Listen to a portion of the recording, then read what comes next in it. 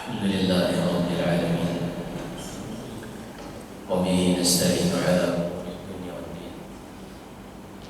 Asyhadu an la ilaha illallah wahdahu la syarika lahu waliyus shalihin. Wa asyhadu anna Muhammadan 'abduhu wa rasuluhu as-sadiqul wa'dil amin. Allahumma shalli wa sallim wa barik ala sayyidina wa nabiyyina wa habibina Muhammad wa ala alihi wa ashabihi wa man tabi'ahum bi ihsanin ila yaumiddin. Amma ba'd. Jamaah salat subuh Masjid An-Nur yang dirahmati Allah Subhanahu wa taala, kembali kita lanjutkan di Sabtu pekan kedua sebagaimana biasa membahas kitab tauhid, dan di pekan keempat kita membahas sirah nabawiyah. Hari ini kita akan lanjutkan dengan bab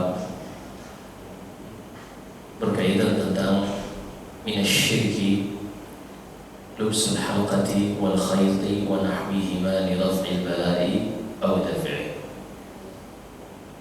Bab, kalau sebelumnya kita bahas tentang definisi tentang la ilaha illallah dan juga makna tauhid, pada bab-bab setelahnya penulis akan membawakan seperti apa praktek-praktek yang terjadi di tengah-tengah manusia, baik yang diceritakan di dalam Al-Quran ataupun di dalam hadis-hadis Nabi Sallallahu Alaihi Wasallam tentang penyelisihan terhadap makna tauhid dan juga makna la ilaha illallah.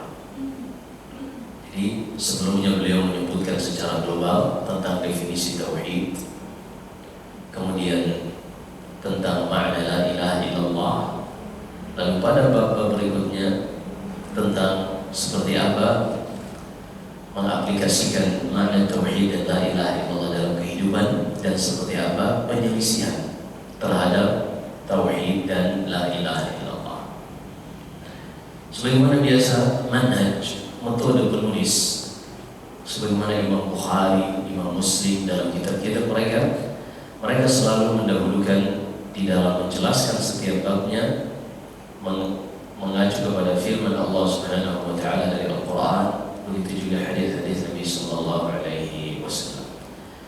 Kata beliau, di antara praktek-praktek kesyirikan yang menyelisihi makna tauhid dan konsekuensi la ilaha illallah adalah menggunakan gelang atau kalung yang terbuat dari benang atau bahan-bahan lainnya, yang diyakini kalung atau gelang ini bisa mengangkat penyakit atau menolak musibah. Bab berkaitan tentang di antara praktek-praktek kesyirikan yang menyelisihi makna tauhid dan konsekuensi la ilaha illallah adalah ketika seorang menggunakan kalung atau gelang dari benang atau dari bahan apapun dengan keyakinan untuk menghilangkan penyakit atau menjauhkan dari musibah. Kemudian beliau membawakan firman Allah Subhanahu wa taala, "Wa in sa'altahum man khalaqa as-samawati wal arda la yaqulunna Allah." Di dalam surat Az-Zumar Allah berfirman, jika engkau bertanya kepada mereka, wahai Muhammad, siapa itu mereka di sini? Yaitu orang-orang musyrikin Arab dan lebih khusus musyrikin Quraisy. Orang-orang musyrikin Quraisy. Kalau engkau bertanya kepada mereka, siapa yang menciptakan langit dan bumi? Mereka semuanya mengatakan Allah. Ini orang-orang kafir Quraisy. Ternyata keyakinan mereka bahwasanya Allah yang menciptakan langit dan bumi saja tidak cukup untuk memasukkan mereka ke dalam Islam ketika mereka masih beribadah kepada Allah dan bersamaan itu juga beribadah kepada selain Allah. Kita ulangi. Keyakinan mereka bahwasanya yang menciptakan langit dan bumi ini hanyalah Allah, tidak menjadikan sebab mereka masuk ke dalam Islam kalau mereka masih di saat mereka masih beribadah kepada selain Allah Subhanahu wa ta'ala. Karena memang keyakinan yang kita dapati di dalam hati bahwasanya yang menciptakan langit dan bumi ini ada di atas, yaitu Allah, ini adalah fitrah, tabiat yang manusia tidak bisa menghindar darinya. Sehingga kalau kita dapat di lintas agama, kalau mereka berdoa hati mereka mengarah kemana? Ke atas. Ini semua seperti itu.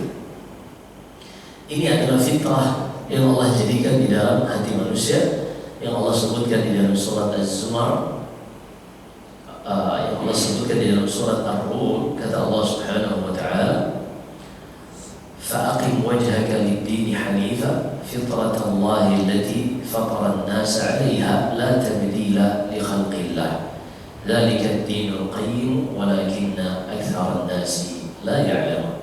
Ayat 30 dari surat Ar-Rum, Allah berfirman,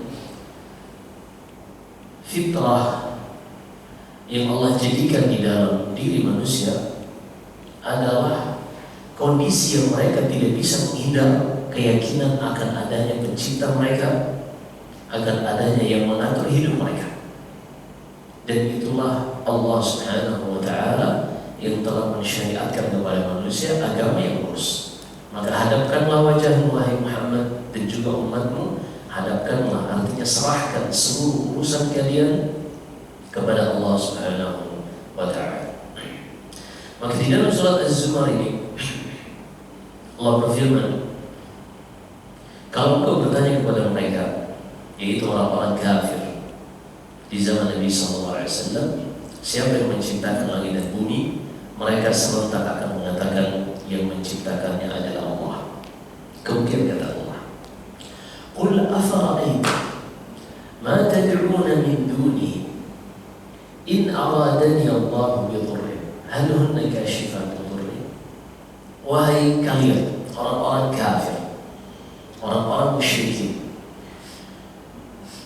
yang kalian ibadahi selain Allah, berupa patung, pohon, orang-orang saleh yang sudah meninggal yang dianggap keramat bagi mereka, apakah kalau Allah Subhanahu wa ta'ala menimpakan keburukan, menimpakan musibah kepadamu, apakah objek-objek yang kalian ibadahi selain Allah ini bisa menghilangkan keburukan itu dariku?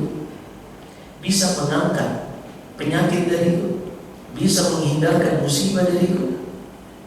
Semuanya akan mengatakan tidak ada yang bisa. Sebagaimana yang dikisahkan dari Husain, ayah dari Imran bin Husain. Nabi SAW pernah bertemu dengan Husain ini dalam keadaan musyrik. Rasulullah bertanya, ya Husain, kam ta'budu minal alihah? Wahai Husain, berapa banyak Tuhan yang kau sembah, objek yang kau ibadahi? Husain mengatakan, sab'ah, wahid fis sama wa sittatun fil ardh. Ada 7 Tuhan yang aku sembah, 1 di langit dan 6 di bumi. Lalu kata Nabi SAW, kalau engkau ditimpa musibah, engkau ditimpa penyakit, kepada siapa engkau meminta untuk menghilangkan musibah dan mengangkat penyakitmu? Kata Husain, aku tahu yang bisa menghilangkannya hanyalah yang di atas, maka aku pun hanya berdoa kepada yang di atas. Adapun yang di bumi ini hanya meluapkan hal-hal yang mereka juga nggak paham. Kenapa mereka beribadah kepada patung-patung tersebut? Hanya karena mengikuti nenek moyang, hanya karena mengikuti warisan leluhur. Mereka mendapati ayah-ayah mereka, nenek moyang mereka beribadah kepada patung, mereka pun mengikutinya. Sebagaimana Allah sebutkan di dalam surat Az-Zukhruf, am atainahum kitaban fahum bihi mustamsikun bal qalu inna wajadna aba'ana ala ummatin wa inna ala azarihim muhtadun. Ini ayat yang sangat luar biasa dari Az-Zukhruf ayat ke-21 dan 22. Kata Allah Subhanahu wa ta'ala, mereka ini menjadikan selain Allah ada objek-objek yang diibadahi. Mereka melakukan hal tersebut apa karena Allah menurunkan kitab yang memerintahkan mereka untuk melakukan hal tersebut, ataukah mereka memiliki keyakinan-keyakinan yang lain dari yang Allah syariatkan kepada nabi-nabi sebelum. Lalu mereka mengatakan, bal qalu inna wajadna aba'ana ala ummatin wa inna ala atharihim muhtadun. Mereka mengatakan, tidaklah kami menyembah objek-objek ini, melainkan dahulu kami dapati kakek dan nenek moyang kami menyembah patung-patung ini dan kami pun mengikuti warisan mereka. Jadi semata-mata hanya itu saja. Kalau ditanya mereka mana yang bermanfaat, mana yang bisa menghilangkan musibah, mana yang bisa mengangkat penyakit, mereka selalu mengatakan yang ada di langit. Sebagaimana Husain tadi, kata Nabi SAW, dari 7 Tuhan yang kau ibadahi, kalau kau sedang ditimpa musibah, kepada siapa kau akan berdoa agar musibah ini diangkat darimu? Dia mengatakan hanya yang di langit. Maka kata Nabi SAW, ya Husain, ama innaka law aslamta la'allamtuka kalimatain. Wahai Husain, kalau engkau mau masuk Islam, aku akan ajarkan untukmu 2 kalimat spesial untukmu. Tapi ternyata Husain pada saat itu belum masuk Islam, dan Rasulullah tidak pernah memaksa orang untuk masuk Islam. Kebenaran itu sudah jelas, siapa yang ingin beriman silakan, tidak beriman urusan sendiri. Tidak lama setelah peristiwa itu, Husain mendatangi Nabi SAW dan mengucapkan 2 kalimat syahadat. Setelah selesai mengucapkan 2 kalimat syahadat, Husain menagih janji Rasulullah SAW. Ya Rasulullah, alimni kalimatain allataini wa'adtani iyahuma. Wahai Rasulullah, sekarang ajarkan kepadaku 2 kalimat yang kau sudah janjikan untukku kalau aku mau masuk Islam. Maka Rasulullah pun mengajarkan, wahai Husain, ucapkanlah Allahumma alhimni rushdi wa qini syarra nafsi. Allahumma alhimni rushdi wa qini syarra nafsi. Ya Allah, ilhamkan kepadaku hidayah agar aku mudah melakukan ketaatan kepadamu, dan jagalah diriku dari keburukan hawa nafsu. Ini 2 kalimat yang diajarkan Rasulullah SAW kepada Husain. Maka kata Allah di dalam surat Az-Zumar ini, katakan kepada mereka, wahai Muhammad, ketika kalian mengetahui yang menciptakan langit dan bumi hanyalah Allah, yang mengatur segala apa yang ada di dalamnya hanyalah Allah, objek-objek yang kalian ibadahi selain Allah, kalau seandainya Allah menimpakan kepada musibah, keburukan, apakah mereka bisa menghilangkannya? Jawabannya tidak. Dan kalau Allah memberikan kebaikan untukku, memberikan anugerah bagiku, apakah mereka bisa menghilangkannya? Juga tidak bisa. Jadi, apa alasan kalian beribadah kepada objek-objek tersebut? Jawabannya yang sudah disebutkan dalam surat Az-Zumar tadi, ayat 21 dan 22, alasannya semata-mata mereka hanya mendapati nenek moyang mereka berada pada satu keyakinan, dan mereka pun ikut-ikutan tanpa bertanya apa alasan kita beribadah kepada objek-objek tersebut. Kalau kita misalnya ditanya, atau anak kita misalnya bertanya, ayah misalnya, kenapa kita menyembah Allah? Kenapa kita sholat? Kenapa kita puasa? Kenapa kita bayar zakat? Kenapa kita sedekah? Seorang muslim sangat mudah untuk menjawabnya. Kita menyembah Allah, melakukan sholat, puasa, adalah tujuannya adalah luapan kesyukuran Karena Allah Subhanahu wa Ta'ala dialah yang telah menciptakan kita, yang telah mengatur hidup kita, di antaranya memberikan rezeki, memberikan kesehatan, dan dialah yang memiliki kita semua. Dialah yang memiliki kita semua. Dan kita beribadah kepada Allah adalah bentuk kesyukuran, sebagaimana Allah berfirman di dalam surat Al-Imran, "Fattaqullaha la'allakum tashkurun." Ayat ke-123 kata Allah Subhanahu wa Ta'ala, dan bertakwalah kepada Allah supaya kalian bisa merealisasikan syukur kepada Allah.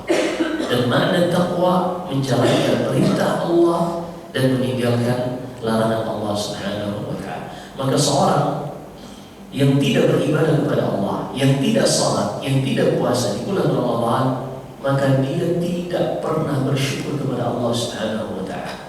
Mau seperti apapun dia mengklaim bersyukur, maka ketahuilah dia tidak bersyukur kepada Allah Subhanahu wa Ta'ala sampai dia menjalankan perintah Allah dan menjauhi larangan Allah Subhanahu wa Ta'ala. Karena Allah berfirman, "Fattaqullaha la'allakum tashkurun." Bertakwalah kepada Allah agar kalian bisa merealisasikan syukur kepada Allah Subhanahu wa Ta'ala. Baik, poin yang diinginkan penulis di sini, di antara konsekuensi seorang itu beribadah kepada Allah adalah karena Allah yang memberikan kebaikan kepada kita, dan hanya Allah yang menolak keburukan dari kita. Sesuatu yang tidak bisa memberikan kebaikan kepada kita atau menolak keburukan dari kita, apa alasan kita untuk beribadah kepada sesuatu tersebut? Ini yang diinginkan dari ayat ini. Artinya objek-objek yang tidak bisa membahayakan kita, objek-objek yang tidak bisa memberikan kebaikan kepada kita. Apa motivasi kita untuk beribadah kepada objek tersebut? Kita ambil satu contoh. Ini contoh yang mudah kita pahami insya Allah, yang telah kita sebutkan, dan kita akan terus ulang-ulangi sampai ini benar-benar dipahami oleh kaum muslimin. Ada dua orang, si A dan si B. Si A ini berhadapan dengan harimau. Si A berhadapan dengan harimau. Si B berhadapan dengan pohon yang dianggap keramat. Si A, dia takut kepada harimau, dan ini takut yang wajar. Kenapa? Karena memang Allah yang menjadikan harimau ini memiliki sifat buas. Sebagai predator akan memangsa apa saja yang ada di depan dari makhluk hidup. Allah sebutkan dalam surat Al-Ma'idah ayat 3 paling atas sebelah kiri, kata Allah Subhanahu wa Ta'ala, "Wa ma akala as-sab'u illa ma dzakaitum." Dan apa saja yang dimangsa oleh para predator, hewan-hewan yang dimangsa oleh para hewan buas ini, tidak boleh kalian makan kecuali kalau kalian masih sempat untuk menyembelihnya. Maksudnya misalnya ada anjing atau ada harimau yang memangsa kambing kita misalnya, dan ini saya pernah mengalami. Jadi di Gunung Salak kami pelihara kambing.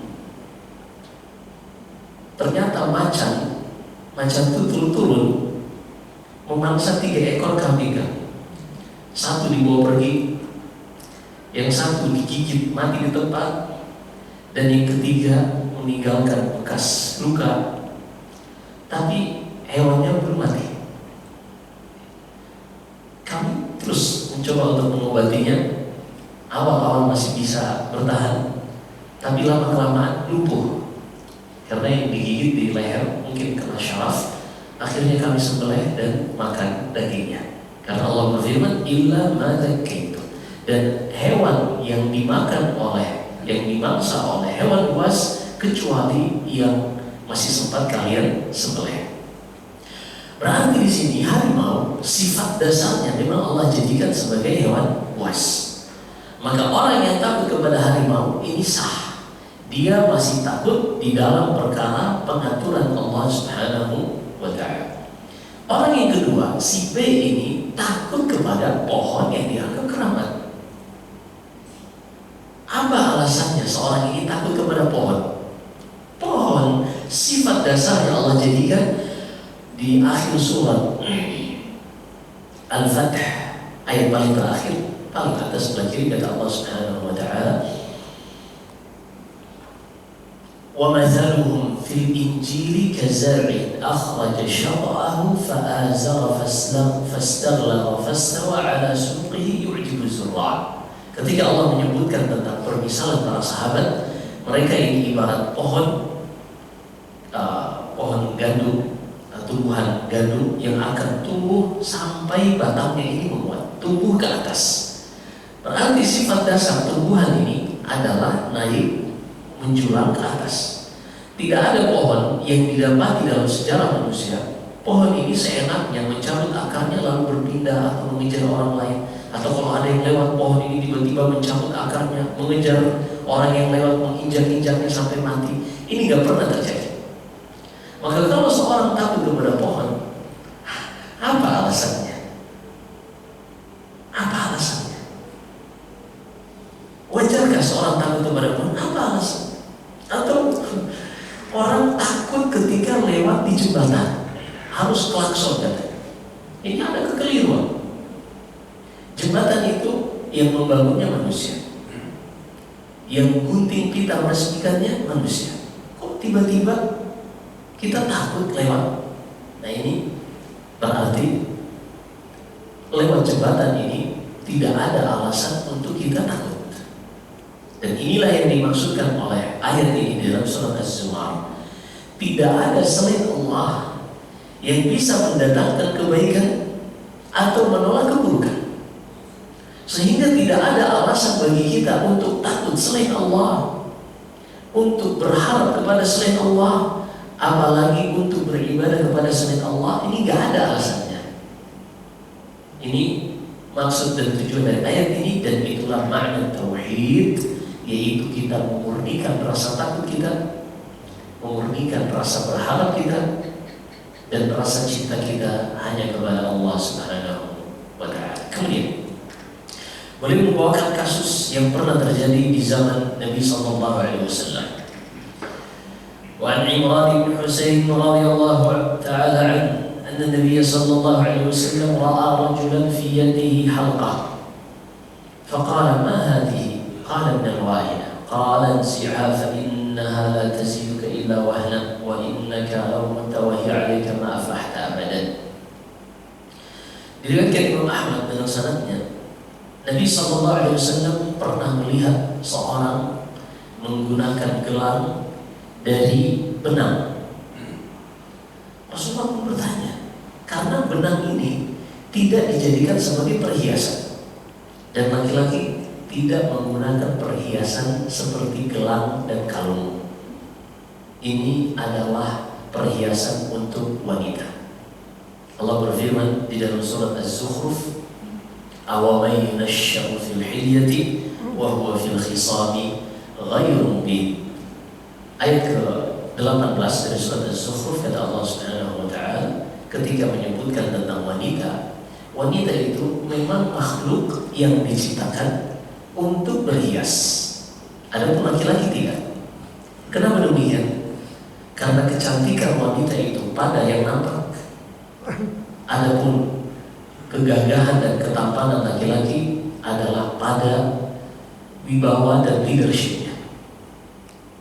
Makanya Allah sebutkan ar-rijalu qawwamuna 'alan nisa. Laki-laki itu dia pemimpin dengan wibawanya dan kemampuan leadershipnya. Disitulah letak kehebatan para laki-laki. Sehingga seorang penyair mengatakan, malhiyu illa min naqisatin yukammilu min husnin idha al-husna qassara amma idha kana al-husnu muwaffaran amma idha kana al-jamalu muwaffaran ka husniki lam yahtaj illa an yuzawwara. Kata penyair ini, tidaklah perhiasan itu dipakai melainkan untuk menutupi kekurangan yang ada pada seseorang. Nah, wanita itu kekurangannya, kata Nabi SAW, ketika Jadi kekurangannya dua, yaitu pada agamanya dan pada akalnya. Pada agamanya adalah ketika dia sedang datang bulan, dia tidak bisa beribadah kepada Allah Subhanahu wa Ta'ala. Tidak seperti laki-laki yang setiap saat beribadah kepada Allah. Yang kedua, wanita akalnya kurang, itu para sahabat tidak bertanya. Jadi ketika Rasulullah menyebutkan naqisatud din wal aql, wanita itu kurang agama dan kurang akal, para sahabat tidak bertanya bagaimana itu kurang akal wanita. Para sahabat tidak bertanya. Kenapa? Kita pun mungkin tidak bertanya. Karena kasus di jalan yang sen kiri belok kanan, ya mohon maaf, ini realita di tengah-tengah kita. Yang ketika kita berbuat baik dan satu kesalahan saja terjadi, dia langsung mengatakan, "Ma'aitu minka khairan qat." Wahai suamiku, nggak ada kebaikan sedikit pun yang pernah aku lihat darimu. Bayangkan, sebagian wanita, mohon maaf, ada yang ketika melihat laki-laki lain memberikan hadiah satu saja, hatinya berbunga-bunga 24 jam 7 hari dalam satu pekan. Ini hanya dikasih satu bunga atau satu coklat, dan suaminya tiap hari ngebiayain dia, gak dilihat. Ini wanita. Makanya kalau ada laki-laki yang seperti itu, berarti ya, hatinya hati wanita. Intinya Allah berfirman di dalam ayat ini, yang berhias itu adalah wanita. Maka seorang laki-laki ketika dia, Rasulullah melihat sahabat ini menggunakan gelang dari benang, Rasulullah bertanya, ini perhiasan? Gak mungkin. Apa iya seorang pakai benang lalu dibilang itu perhiasan? Kan tidak. Juga ini laki-laki, gak pantas pakai seperti itu. Akhirnya ditanya, "Mahadi, apa yang kau pakai?" Qala minal wa'id. Ya Rasulullah, aku pakai ini adalah untuk meringankan demam. Untuk meringankan demam. Sekali lagi, dari mana mereka menggunakan ini? Warisan nenek moyang. Warisan nenek moyang. Toh mereka juga nggak pernah terbukti yang seperti itu. Apa kata Rasulullah? Inzi'a fa inna la tasinuka illa wahda. Cabut, buang ini. Karena hal-hal seperti ini tidak akan menambahkan kecuali kelemahan saja. Semakin lemah kita. Wa innaka lamuttawahi 'alaika ma aflahta. Dan kalau seandainya engkau meninggal dalam keadaan gelang ini masih ada di tanganmu, engkau tidak akan selamat selama-lamanya. Apa maksudnya? Engkau telah terjatuh ke dalam kesyirikan, dan seorang yang meninggal di dalam kesyirikan tidak akan diampuni oleh Allah Subhanahu wa Ta'ala. Kenapa menggunakan gelang dari benang ini dikatakan syirik? Disebutkan oleh para ulama karena dia letak sisi kesyirikannya menjadikan sesuatu sebagai sebab yang tidak pernah Allah jadikan sebagai sebab. Ini kaidah.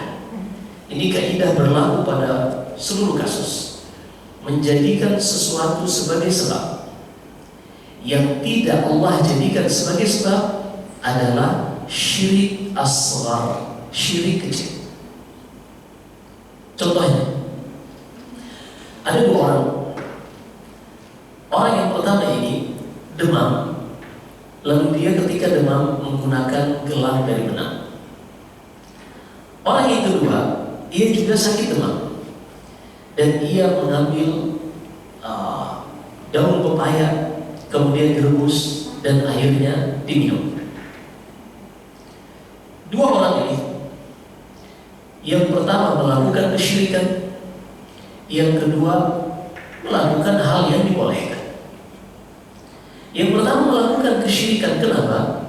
Karena tidak pernah ada di dalam sejarah manusia dan tidak pernah Allah sebutkan di dalam syariatnya bahwasanya benang ini ketika dipakai bisa meringankan demam, apalagi menyembuhkannya. Tidak pernah ada di dalam syariat Allah, Al-Quran atau hadis. Begitu juga tidak pernah dalam sejarah perjalanan manusia ada sebuah riset yang menyebutkan atau tajarub, ada namanya istilahnya mujarrab. Pernah dengar obat yang mujarrab? Ini dari bahasa Arab. Mujarrab ini artinya sudah teruji. kedokteran. Kalau bahasa kedokteran sudah melalui uji klinik. Nah, seperti itu. Mujarrab ini, disitulah Allah jadikan obat bagi manusia. Ada yang melalui Al-Quran, seperti madu misalnya. Ini disebutkan dalam Al-Quran di surat An-Nahl, yakhruju min butuniha syarabun mukhtalifun alwan fihi syifaa'un linnas. Keluar dari perut lebah ini madu yang merupakan obat bagi manusia. Maka ini obat. Juga apa yang Allah ajarkan kepada sebagian manusia dengan adanya percobaan-percobaan tadi. Maka kalau melalui satu dari dua ini, obat tersebut dikatakan sebab. Tapi kalau seandainya tidak pernah disebutkan di dalam Al-Quran atau hadis, juga tidak pernah dilewati melalui percobaan-percobaan manusia, maka ketahuilah berarti hal tersebut bukan obat yang Allah jadikan. Orang pertama tadi yang dia menggunakan gelang dari benang untuk meringankan demamnya, dia telah melakukan syirik kecil. Kenapa? Karena dia telah meyakini sesuatu sebagai sebab yang Allah tidak jadikan sebagai sebab. Jadi benang ini Allah tidak pernah jadikan sebagai sebab untuk menyembuhkan demam. Karena demam itu diantara penyebabnya badan kita memanaskan suhunya untuk menangkal radikal-radikal bebas yang masuk atau menangkal bakteri dan virus yang masuk. Jadi sebab demam itu ada di dalam tubuh. Benang yang dipakai di gelang di luar kulit, ini nggak nyambung. Ini nggak nyambung. Sehingga manusia mau mereka melakukan perjumpaan seperti apapun, uji klinis seperti apapun, nggak akan pernah bisa. Kalau Allah tidak jadikan benang ini sebagai sebab untuk kesembuhan demam, lalu siapa yang menjadikannya?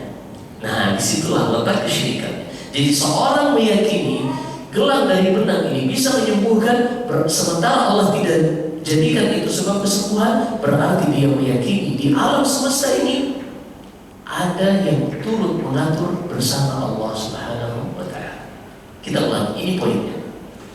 Ketika dia meyakini bahwasanya gelang dari benang ini bisa menyembuhkan, padahal Allah tidak pernah menjadikan gelang ini bisa menyembuhkan, maka berarti dia sudah meyakini di alam semesta ini ada kekuatan selain Allah yang menjadikan benang ini bisa menyembuhkan. Disitulah letak kesyirikan. Allah berfirman dalam surat Asy-Syura, "Am lahum syuraka syara'u lahum minad dini ma lam ya'tan bihi Allah." Ayat 21 dari surat Asy-Syura, kata Allah, apakah mereka memiliki sekutu-sekutu selain Allah yang menetapkan dan membuatkan bagi mereka ketentuan-ketentuan yang tidak pernah Allah jadikan?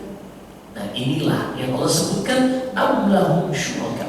Apakah mereka memiliki sekutu-sekutu, tandingan-tandingan? Artinya objek yang dijadikan menandingi Allah di dalam mengatur alam semesta ini. Disitulah letak kesyirikan. Berbeda orang yang kedua, yang dia mengambil rebusan daun pepaya untuk diminum. Ini percobaan manusia mengatakan demikian, karena memang virus dan bakteri ini tipikalnya tidak menyukai hal-hal yang pahit, dan itu menjadi sebab tubuh mendapatkan bantuan untuk mematikan bakteri atau virus ini. Dan ketika bakteri dan virusnya mati, maka tubuh akan normal kembali. Dan memang diminum bakteri dan virus yang ada di dalam tubuh, dan air rebusan pepaya tadi juga diminum. Ini contoh saja ya, nggak harus air rebusan pepaya, apapun yang telah dilakukan uji coba oleh manusia yang mujarrab itu sah-sah saja dan boleh digunakan. Baik, kita 10 menit lagi. Walahu an Uqbah bin Amir marfu'an, man ta'allaqa tamimatan fala atamma Allah lahu, wa man ta'allaqa wad'atan fala wada'a Allah lahu. وفي رواية من تعلق تميمة فقد أشرك. Dari Uqbah bin Amir radhiyallahu anhu, Nabi sallallahu alaihi wasallam bersabda, siapa saja yang memakai tamimah. Tamimah itu adalah ajimat. Tanimah itu adalah jimat. Dahulu orang-orang musyrikin, nanti kita akan sebutkan pada bab setelahnya, ini lebih rinci lagi dan lebih detail tentang pembahasan jimat ini. Dahulu orang-orang musyrikin Arab, mereka ingin menghindari yang namanya penyakit ain. Penyakit ain itu, kata Nabi SAW, al-ainu haq. Penyakit ain itu benar adanya. Misalnya, ada seorang anak kecil yang lucu misalnya. Ada sebagian orang matanya ini memiliki ain. Ain itu penyakit yang takjub terhadap sesuatu yang bisa mempengaruhi secara psikologis terhadap anak tersebut. Yang bisa mempengaruhi secara psikologis terhadap anak tersebut, yang akan membuatnya down dan terkadang sampai demam. Ain ini hak. Ada terkadang anak masih lucu-lucunya, tiba-tiba besok nggak tahu, nggak ada virus, nggak ada dan seterusnya, tiba-tiba langsung dibawa ke dokter, nggak tahu penyakitnya apa. Ini disebut penyakit ain, mempengaruhi secara psikologis. Cara mengobatinya, orang yang kira-kira kita lihat setelah anak ini bisa di tracking siapa terakhir yang melihat anak ini bukan dari orang yang terbiasa misalnya, setelah ditahu, kita minta orang tersebut untuk berwudu, kemudian anak ini jadi berwudunya diambilkan di satu ember misalnya, lalu orang ini mencuci tangannya, menuangkan, setelah cuci tangan 3 kali, dia mencium air dari dalam ember ini. Jadi jangan dituang, jadi biar tangannya menyentuh langsung air, ia kumur dan juga sekalian menghirup air di hidung. Setelah itu cuci muka, tangan sampai siku kanan dan kiri, kemudian mengusap kepala sekaligus telinga, lalu mencuci kaki. Sisa dari air ini dimandikan untuk anak tersebut. Ini cara menyembuhkan penyakit ain. Nah, ain ini dahulu orang-orang musyrikin Arab sangat takut dengan ain ini. Dan cara untuk memproteksi, menangkal anak-anak mereka dari ain, mereka menggantungkan di leher anak ini kalung dengan liontin-liontin tertentu. Mereka meyakini bahwasanya dengan jimat ini mereka bisa menangkal anak-anak ini dari penyakit ain. Dan ini sama kasusnya dengan yang tadi, yaitu menjadikan sesuatu sebagai sebab yang bukan sebab. Maka ini masuk dan terjatuh ke dalam syirik kecil.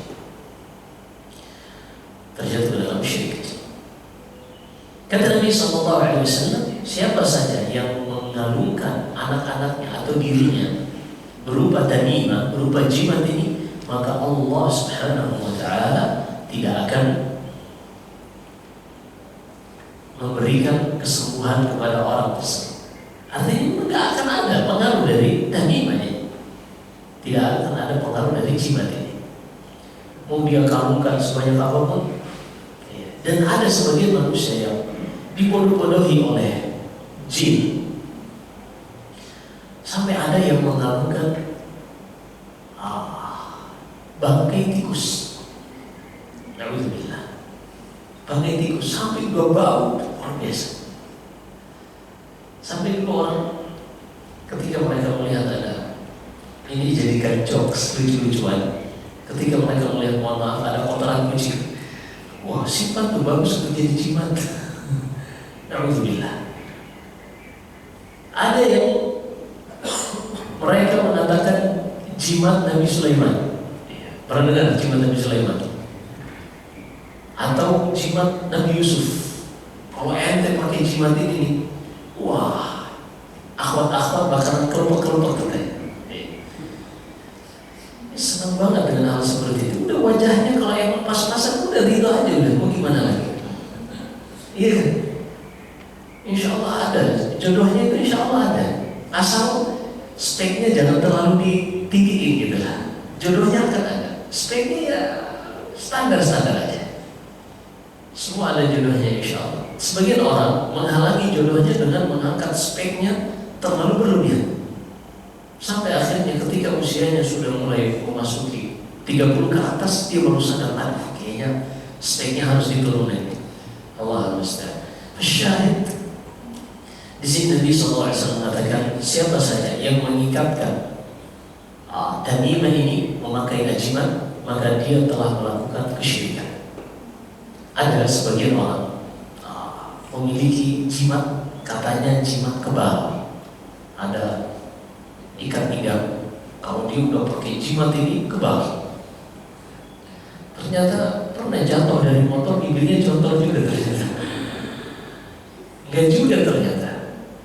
Hal seperti ini sebenarnya tidak bisa menambahkan apa-apa kepada kita kecuali kelemahan dan kehinaan. Sebagian pakai, ada di acara atraksi, pakai dulu jimatnya, lalu digorok lehernya, mati, ada tuh. Setelah mati, wah, ada yang salah satu yang hadir ini ilmunya lebih tinggi. Tolong tahan dulu ilmunya, jangan keluarin dulu. Astagfirullahaladzim. Na'udzubillah min dzalik. Nah, manusia-manusia seperti ini ingin meraup keuntungan dengan membodoh-bodohi orang yang lain.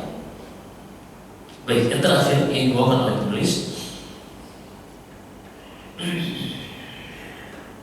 ولابن أبي حاتم عن حذيفة رضي الله عنه أنه رأى رجلا في يده خيط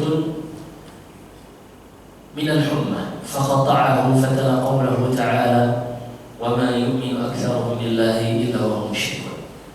Dan diriwayatkan Ibnu Abi Hatim dari Hudzaifah bin Yaman, sahabat Nabi SAW, suatu saat ia melihat ada seorang memakai gelang di tangannya dari benang yang bertujuan untuk menghilangkan atau mengobati demam. Maka Hudzaifah pun langsung mengambil secara paksa gelang dari benang ini dan membuangnya. Seraya membaca firman Allah Subhanahu wa taala dalam surat Yusuf, dan kebanyakan manusia itu tidaklah beriman kepada Allah. Sebaliknya kebanyakan dari mereka melakukan kesyirikan kepada Allah Subhanahu wa taala. Poin yang dimaksudkan di sini, Hudzaifah radhiyallahu anhu sahabat Nabi yang langsung mempelajari agama ini dari Nabi dan melihat praktek agama ini dari Nabi. Dan ketika ia melihat orang memakai gelang dari benang ini dengan tujuan untuk menghilangkan demam, langsung dicabut. Kenapa? Karena ia mendengarkan langsung dari Nabi bahwasanya hal seperti ini adalah kesyirikan. Sembari membaca firman Allah, yang dilakukan ini adalah kesyirikan. Tidaklah kebanyakan dari manusia itu beriman kepada Allah, sebaliknya kebanyakan mereka melakukan kesyirikan. Namun ada satu hal yang perlu kita pahami dari apa yang dilakukan oleh Hudzaifah bin Yaman, sahabat ini yang langsung mencabut dan seterusnya.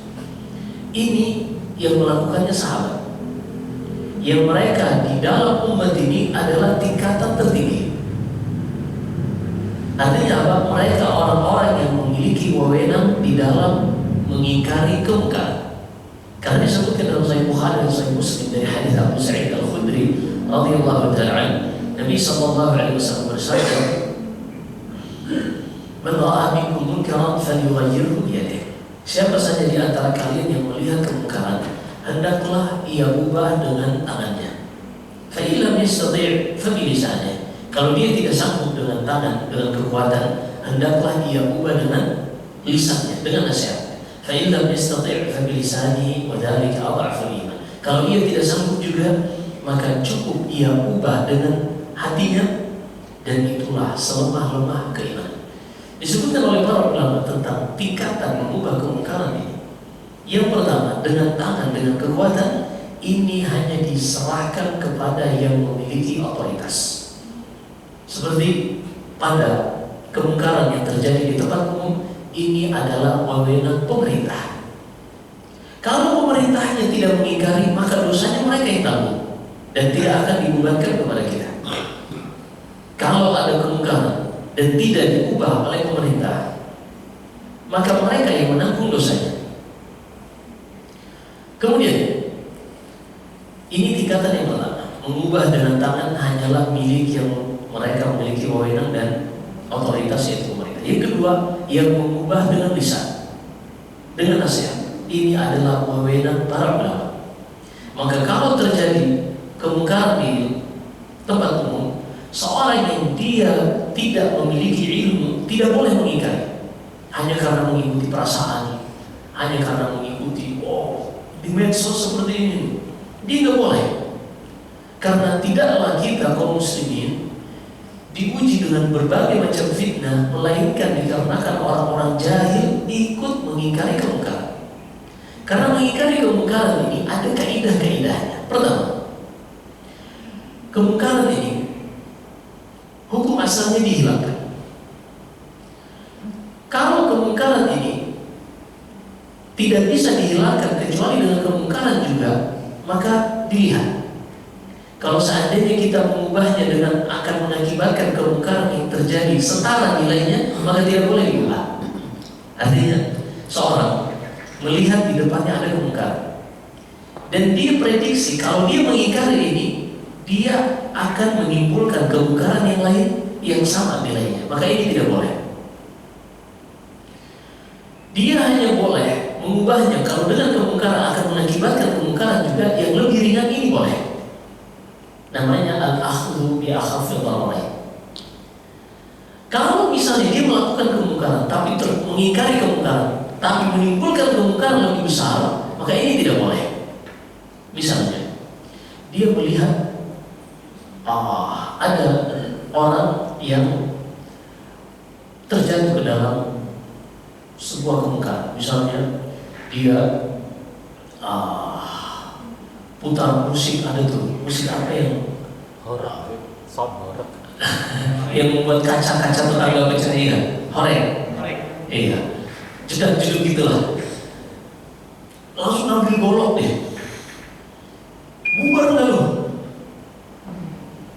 Sampai akhirnya terjadi pembunuhan.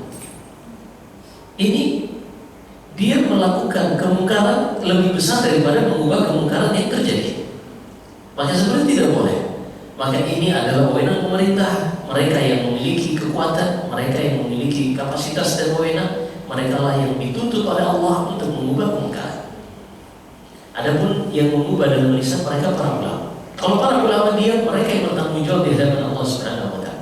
Adapun yang mereka tidak memiliki wewenang dari sisi kekuatan, wewenang dari sisi nasihat, maka dia mengubahnya dengan hatinya, mengingkari dengan hati, dan meninggalkan tempat kemungkaran tersebut.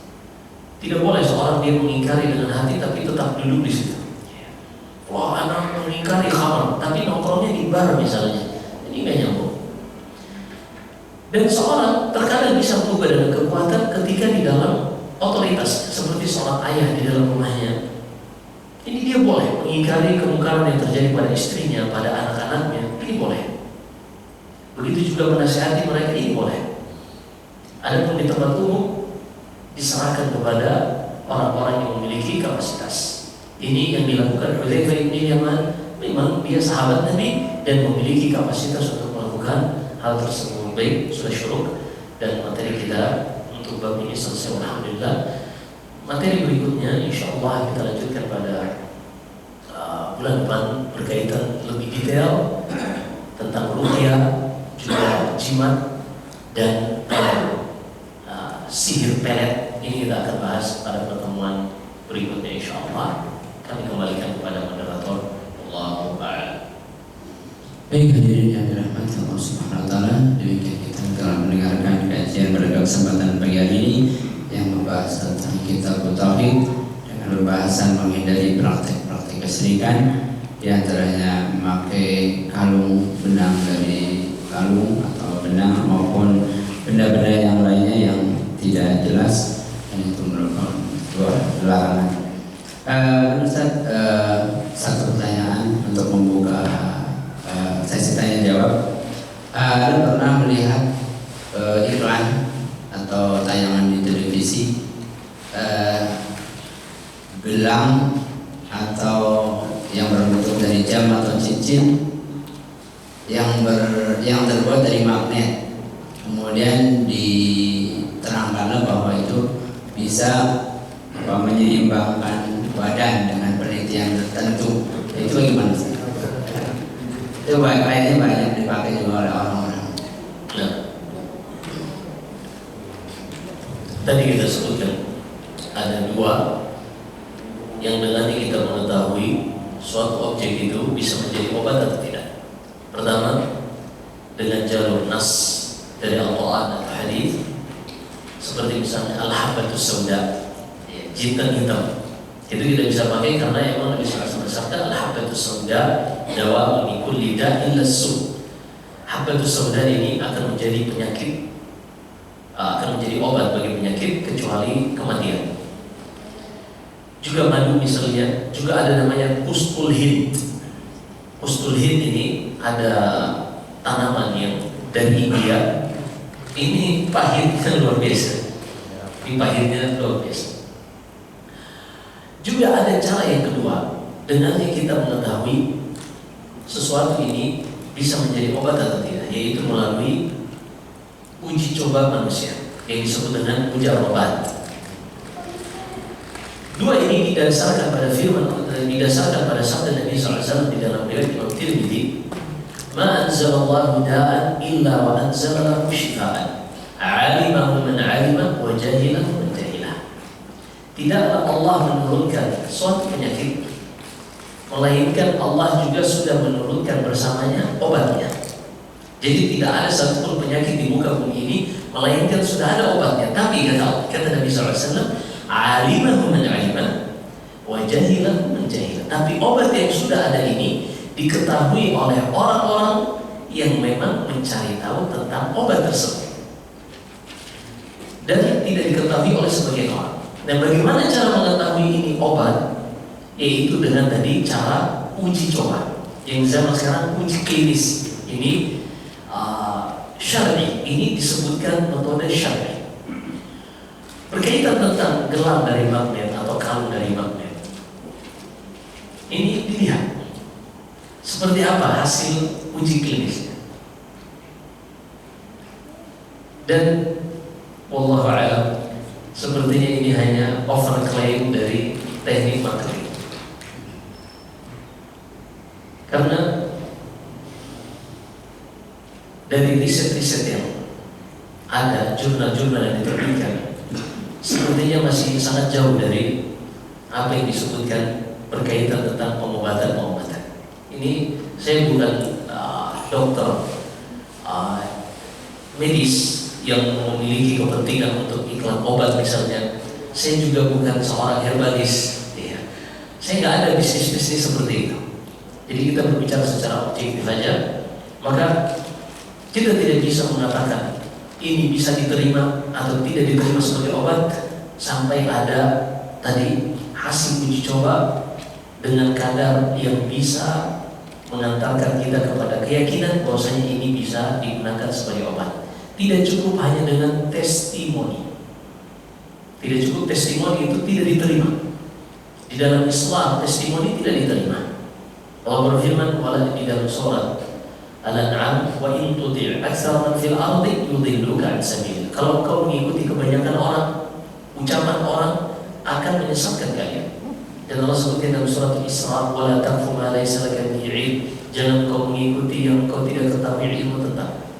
Maka kesimpulan kita berkaitan tentang kalung atau gelang dari magnet ini, kita tidak bisa menerima secara mutlak, kita juga tidak bisa menolak secara mutlak sampai kita mengetahui bahwasanya ada hasil riset, hasil, kalau bisa ada jurnal yang sudah diterbitkan yang benar-benar menyebutkan itu mengobati secara ilmiah, baru kita percaya. Adapun kalau hanya overclaim dari sebuah teknik marketing, ini semua orang bisa. Sampai saya pernah sebutkan ada sebuah overclaim dari satu produk herbal, pil ikan gabus 400 kali lebih hebat dari kemoterapi. Itu klaimnya. Pil ikan gabus, ini saya baca itu coba baca spanduk. Pil ikan gabus 400 kali lipat lebih hebat dari kemoterapi. Kemoterapi seorang menjalani prosesnya Ada yang sekian bulan, 40 hari, taruhlah 40 hari.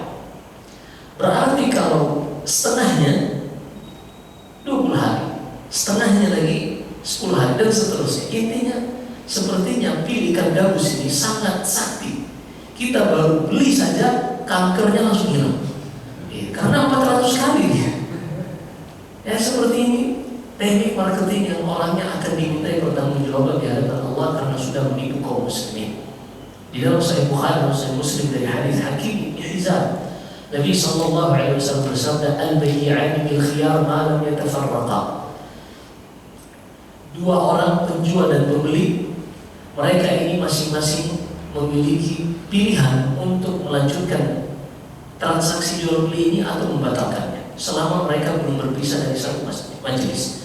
Kata Rasulullah, "Fa in bayyana wa sadaqa burika fi bai'ihima." Kalau masing-masing menjelaskan apa yang ia jual dan tidak menyembunyikan apapun, maka akan diberkahi pada transaksi jual beli ini. Kalau mereka menyembunyikan aibnya, apalagi berbohong, menipu, maka akan dicabut keberkahan dari transaksi yang mereka lakukan. Jadi ini overclaim yang menipu kaum muslimin, dan itu tidak boleh dilakukan. Termasuk juga benda-benda yang lain, kita tidak bisa menerima secara mutlak, kita juga tidak bisa menolak secara mutlak sampai ada bukti yang valid yang menyebutkan hal tersebut mujarrab, telah diuji oleh manusia dan bermanfaat. Demikian Allah. Baik, terima kasih. Baik, selanjutnya yang sekalian, Pak Heru silakan. Assalamualaikum warahmatullahi wabarakatuh, Ustaz. Ustaz, kalau orang menyampaikan misalnya begitu, begini, kalau musim pancaroba itu banyak orang sakit gitu. Terus kemudian saya lupa bisa dua, tapi itu aja dulu. Apakah itu sirik atau bukan, Ustaz? Karena soalnya dia mengklaim itu ya. Sebenarnya kurang pantas ucapan seperti itu, karena di sebuah hadits qudsi di Sahih Bukhari, Nabi SAW bersabda, Allah berfirman, "Yusbihu min ibadi mu'minan bi wa kafiran bil kawakib." Ada sebagian, jadi di suatu peperangan Nabi SAW di malam hari bersama sahabatnya hujan. Keesokan harinya Nabi SAW mengatakan, Allah berfirman, ada dari hamba-hambaku yang ketika masuk pagi ini mereka beriman kepadaku dan kafir terhadap bintang-bintang. Tapi ada sebagian dari hamba-hambaku ketika masuk pagi ini mereka beriman kepada bintang-bintang dan kafir kepada Allah. Kemudian disebutkan, ada pun orang-orang yang mengatakan, kita telah mendapatkan hujan karena Allah, artinya Allah yang menurunkan hujan, maka dia beriman kepadaku dan kafir terhadap bintang-bintang. Ada pun orang-orang yang mengatakan ini hujan karena rasi bintang A, B, dan C, karena rasi bintang rasi bintang Leo misalnya, atau Sagittarius ataupun yang lain, maka dia telah kafir kepada Allah dan beriman kepada bintang-bintang. Artinya siapa saja yang menyandarkan peristiwa-peristiwa yang ada di muka bumi ini kepada selain Allah, maka ini tidak boleh. Ya. Kalau dia mengatakan Allah menjadikan musim pancaroba ini sebagai sebab penyakit, ini sah. Kenapa? Musim pancaroba ini banyak faktornya, karena di situ terjadi pertemuan antara panas dan dingin. Pancaroba terjadi antara panas dan dingin, sehingga di sini potensi untuk bakteri dan virus berkembang biak lebih cepat. Jadi tahu nggak kalau bakteri itu kondisi terlalu panas dia nggak terlalu suka. Makanya ada namanya teknik pasteurisasi. Pasteurisasi itu di dalam susu digunakan pada susu untuk mematikan bakteri-bakteri patogen, bakteri-bakteri jahat. Dilakukan pasteurisasi, dipanaskan pada suhu 72 derajat Celcius. Ini bakteri patogen mati, tapi bakteri lactobacillus, bakteri-bakteri yang probiotik masih hidup. Ini kehangatan di 72 derajat. Ketika terlalu dingin, maka mereka juga mengalami yang namanya efek dorman. Dorman ini bakterinya tidur. Makanya kalau kita ingin mengawetkan daging, mengawetkan susu, dimasukkan ke dalam kulkas. Ya. Mengawetkannya dimasukkan ke dalam kulkas. Mengalami efek yang namanya dorman, tidur. Kapan bangun? Ketika mengalami kehangatan. Ya. Makanya yang hangat-hangat ini bikin kita strong. Sehingga ada sebagian orang menemukan teknik, dan saya coba sendiri. Jadi ibu-ibu kalau bikin adonan roti itu kan dicampur ragi. Ragi ini cara untuk cepat adonan ini itu biasanya kalau adonan dicampur pakai ragi nunggu 40 menit sampai 1 jam. Ada teknik cepat, cukup 15 sampai 20 menit udah bisa sama kayak 1 jam. Adonan ini setelah dicampur dengan ragi dimasukkan ke dalam rice cooker, tapi cukup dinyalakan buat penghangat saja, bukan untuk memasak. Jadi dialas. Nanti dalam 15 menit sampai 20 menit itu sudah mengembang secara totalitas. Kenapa? Karena kita berikan efek suhu hangat kepada raginya ini, dan disitulah dia lebih cepat berkembang. Jadi kita memberikan yang namanya stimulan lebih cepat. Ini yang pada musim pancaroba, yaitu antara musim panas dan musim hujan, disinilah udara hangat itu yang membuat virus-virus dan bakteri lebih banyak, ditambah lagi angin yang bertiup, karena ada sebagian bakteri dan juga virus yang basicnya tersebar melalui udara, sehingga penyakit pun gampang tersebar dan manusia mengalami efek demam dan seterusnya. Itulah respon dari tubuh untuk menangkal bakteri dan virus yang masuk ke dalamnya dengan menghangatkan tubuh kita. Ya. Makanya kalau seorang sedang masuk musim pancaroba ini, disarankan untuk mencoba mengonsumsi banyak seperti jamu-jamuan seperti itu, karena ini membantu organ-organ kita untuk lebih rileks, seperti jahe misalnya, iya. Tapi jangan juga minumnya jahe tapi di sampingnya gorengan. Nah, ini sama aja jadi penyakit yang baru. Iya. Ini jawabannya. Jadi kita tidak menyadarkan kepada musimnya, kita menyadarkan kepada Allah, hanya saja musimnya sebagai sebab yang Allah jadikan sebagai datangnya atau sebagai sebab munculnya penyakit demam. Wallahu a'lam. Terima kasih. Silakan ya. Ada yang lain? Silakan. Assalamualaikum warahmatullahi wabarakatuh. Assalamualaikum. Mohon izin Ustaz. Ini ada sekelompok orang meyakini bahwa sholatnya tidak sah tanpa memakai atribut yang difatwakan oleh gurunya. Contohnya begini, sang guru berfatwa tidak sah sholatnya apabila tidak memakai sorban warna ungu atau kopiah warna kuning begitu. Itu apakah termasuk kesyirikan Ustaz? Syukran. Ada di daerah Sulawesi, mereka yang lebarannya biasanya 2 hari setelah pemerintah atau sehari sebelum pemerintah, pokoknya seperti itu. Mereka ini syiarnya bersorban hitam, bersorban hitam. Wallahu a'lam kalau ada fatwa sampai tidak sah sholat. Kalau memang ada fatwa seperti itu dan menjadikan mereka mengikuti, ini hulu di dalam ketaatan kepada makhluk. Hulu di dalam ketaatan kepada makhluk. Karena Allah berfirman di dalam surat An-Nisa, wa atii'u Allah wa atii'u Rasul wa ulil amri minkum fa in tanaza'tum fi syai'in farudduhu ila Allah wa Rasul. Taatlah kepada Allah, taatlah kepada Rasulnya, dan kepada ulil amr, pemimpin di tengah-tengah kalian. Kalau kalian berselisih tentang sesuatu, kembalikan kepada Allah dan Rasul. Dan juga Allah berfirman di dalam surat An-Nisa, "Fala rabbika la yu'minuna hatta yuhakkimuka fi ma shajara bainahum."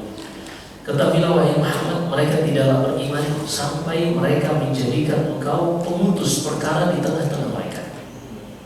Maka ketika kita mengikuti sesuatu, harus tunduk kepada syariat Allah dan syariat Nabi SAW. Adapun menyebutkan sah atau tidak sah dalam sholat atau dalam ibadah apapun, ini kembali kepada Tuhan. Jadi dikatakan sah itu kalau memenuhi syarat-syaratnya dan tidak terdapat pada ibadah yang dilakukan ini penghalang-penghalang. Contohnya misalnya, ada seorang yang sholat tidak berwudu, apa hukum sholatnya? Tidak sah. Kenapa? Karena dia tidak memenuhi syarat sah sholat. Ada seorang yang sholat menghadap ke Gunung Salak, iya.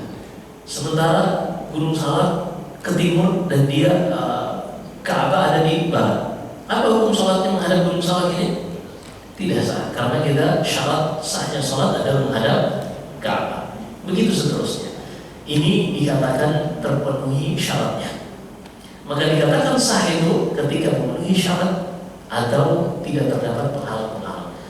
Dan tidak ada, alhamdulillah, di dalam Islam atribut-atribut tertentu yang menjadikan indikator keabsahan sholat seseorang atau ketidakabsahannya. Pakaian apapun, Allah berfirman dalam surat Al-A'raf, "Ya ayyuhalladzina amanu khudhu zinatakum inda kulli masjid." Wahai orang-orang beriman, pakailah pakaian kalian yang layak ketika mendatangi masjid. Maka yang digunakan adalah yang menutup aurat, dan ini syarat. Adapun menggunakan atribut-atribut tidak ada. Iya. Saya nggak tahu kalau misalnya ada sebagian orang yang menjadikan itu teknik marketing juga, bisa saja. Tapi wallahu a'lam, kita tetap husnuzan. Yang jelas dalam Islam tidak ada satupun atribut warna tertentu yang dipersyaratkan, dan siapa yang menyelisihi itu maka tidak sah sholatnya, misalnya, itu nggak ada. Itu nggak ada. Bahkan kalau kita tahu dahulu para sahabat mereka menggunakan pakaian benar-benar dari bulu domba. Ketika hujan turun, bau kambing. Seperti itu dulu para sahabat. Kira-kira mungkin gak Rasulullah mengharuskan, oh ini harus warna tertentu, ini harus warna pink misalnya. Kebayang gak tuh jamaah laki-laki semua sholatnya pakaiannya pink? Alhamdulillah syariat tidak pernah menjadikan hal seperti itu. Kalaupun ada yang menjadikan itu sebagai syiar, maka ini tidak batas, karena ini diantara yang mengkotak-kotakan kaum muslimin. Allah jadikan kita itu satu. Allah jadikan kita itu satu dengan nama Islam. Adanya masing-masing menggunakan syiar sendiri. Yang di Sulawesi itu pakai syiar hitam, yang sana nanti warna pink misalnya, yang satu lagi warna coklat. Kenapa? Hobinya mereka ngopi misalnya, dan seterusnya. Akhirnya terkotak-kotak. Ketika kita datang pakaiannya warna putih, kita bingung, wah kita kelompoknya mana deh? Ada kelompok muslimin, mereka bebas pakai warna apa, mau pecinya kopiah warna hitam, peci nasional, iya kan? Atau warna putih, sah-sah saja. Atau warna biru misalnya, atau warna merah putih misalnya, seperti yang dipakai orang-orang Al-Azhar, ini sah-sah saja. Atau seperti yang dipakai orang-orang Saudi dengan butra merah putih dengan corak-corak seperti itu, sah-sah saja, tidak ada masalah. Ya. Atau kita misalnya dengan sarung batik misalnya, sah-sah saja, karena itu yang dipakai keumuman masyarakat kita dan tidak menyimbolkan suku tertentu atau kelompok tertentu yang orang lain tidak boleh menggunakan atribut seperti itu. Ini jawaban kita. Jadi tidak ada hubungannya dengan sah atau tidak sah. Yang menjadi hubungan sah dengan tidak sah itu hanyalah terpenuhi syarat dan terhindar dari segala penghalang-penghalangnya. Demikian, wallahu a'lam. Baik, untuk ya jasa salam yang memberikan kesimpulan dan untuk mengakhiri dengan doa. Nah, di dalam kehidupan ini kita kita akan berhadapan dengan banyak hal seperti penyakit, seperti rasa takut, rasa harap. Yang kalau seorang tidak mendapatkan bimbingan syariat di dalam berinteraksi dengan hal-hal ini, dikhawatirkan dia akan meniru orang-orang lain yang kebanyakan manusia hanya mengikuti warisan dari nenek moyang. Maka kalau seorang muslim tidak mempelajari agamanya, dikhawatirkan dia hanya ikut-ikutan, mengikuti warisan-warisan nenek moyang yang mereka juga nggak tahu dari mana asalnya. Tapi kalau dia sudah mengikuti Al-Quran, mengikuti Sunnah, dia sudah memiliki pijakan.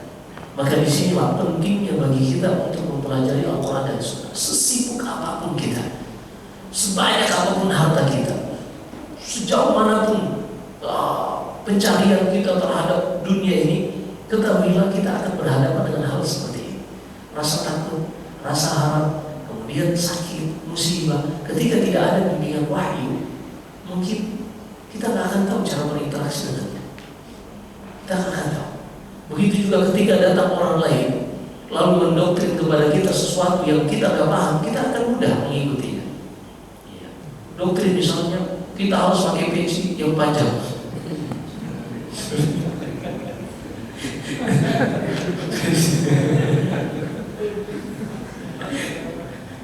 Itu peci apa? Kita didoktrin harus pakai peci panjang. Ternyata dia punya pabrik peci misalnya. Itu tadi baik. Begitulah seorang muslim. Dia tidak gampang memvonis, tapi dia juga tidak gampang menerima apa yang datang dari Al-Quran dan Hadis. Dia mengatakan sami'na wa ata'na. Apa yang datang dari selain Al-Quran dan Hadis, dia mengatakan entar dulu, kami akan mengimbangnya dulu seperti apa di dalam Al-Quran dan Hadis membimbing kita dalam hal ini. Dengan seperti itu, kita tidak gampang memfitnah orang, kita tidak gampang membicarakan orang, kita tidak gampang memvonis orang ini kafir, lalu ini bid'ah, itu tidak boleh. Tadi kita harus cross check terlebih dahulu. Kalau memang sesuai Al-Quran dan Hadis kita terima. Setelah kita timbang tidak sesuai dengan Al-Quran dan Hadis, kita mohon maaf tidak diterima. Dan menghukumi perbuatan berbeda dengan menghukumi pelakunya. Ini kita akan bahas insyaallah pada saatnya nanti. Bismillah, wallahu a'lam. Jika ada benar semata-mata dari Allah Subhanahu wa taala, jika ada kesalahan dan kekurangan dari saya, wa astaghfirullah wa lakum. Sallallahu alaihi wa sallam Muhammad. Subhana rabbika rabbil izzati amma yasifun. Wassalamun ala al-mursalin walhamdulillahi rabbil alamin.